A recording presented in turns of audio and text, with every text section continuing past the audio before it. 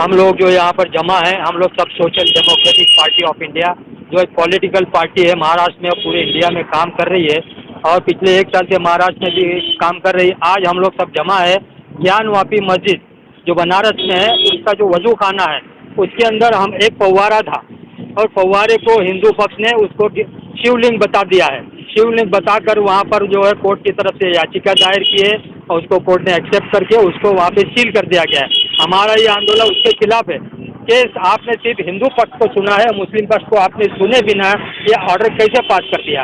इसके लिए हमारा विरोध था जो आज हमने यहाँ पर अम्बेडकर साहब का जो स्मारक है यहाँ पे मोहना पुलिस चौकी के पास, वहाँ पे अपना विरोध प्रदर्शन जाहिर करने के लिए हम लोग सब यहाँ पे जमा हुए हैं और हमने अपना विरोध जाहिर किया है। ये जो हिंदू पक्ष की तरफ से ताजमहल, कुतुब मीनार, दूसरे मस्जिदों पे दावा किया जा रहा है, वो सिर्फ मुस्लिम कम्युनिटी को टारगेट बना करके दावा कर रहे हैं और इस तरह का दावा, ये झूठे दावे हैं, ये झूठे दावे। आज एक जो दावा किया जा रहा है कि हिंदू धर्म खतरे में या हिंदू खतरे में है, हाँ हिंदू धर्म खतरे में मैं भी बोलता हूँ, लेकिन किन लोगों की वजह से?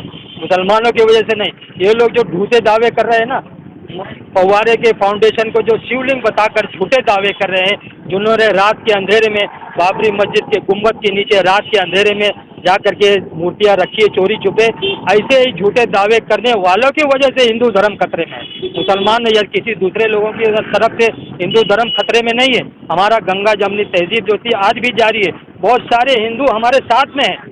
हिंदू जानते हैं कि ये लोग जो देश में नफरत का वातावरण फैला रहे हैं, इसी से हिंदू खतरे में है।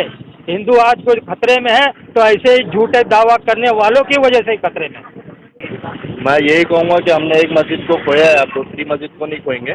और जो 1991 का जो एक्ट था, समझे, उसके हिसाब से तो ये बहुत गलत हुआ है और सुप्रीम कोर्ट के इसके ऊपर एक्शन लेना चाहिए। ये अभी जो है लोअर कोर्ट का फैसला था, सुप्रीम कोर्ट के अंदर इंशाल्लाह इसका अच्छा फैसला आएगा, हमें इसके ऊपर भरोसा है।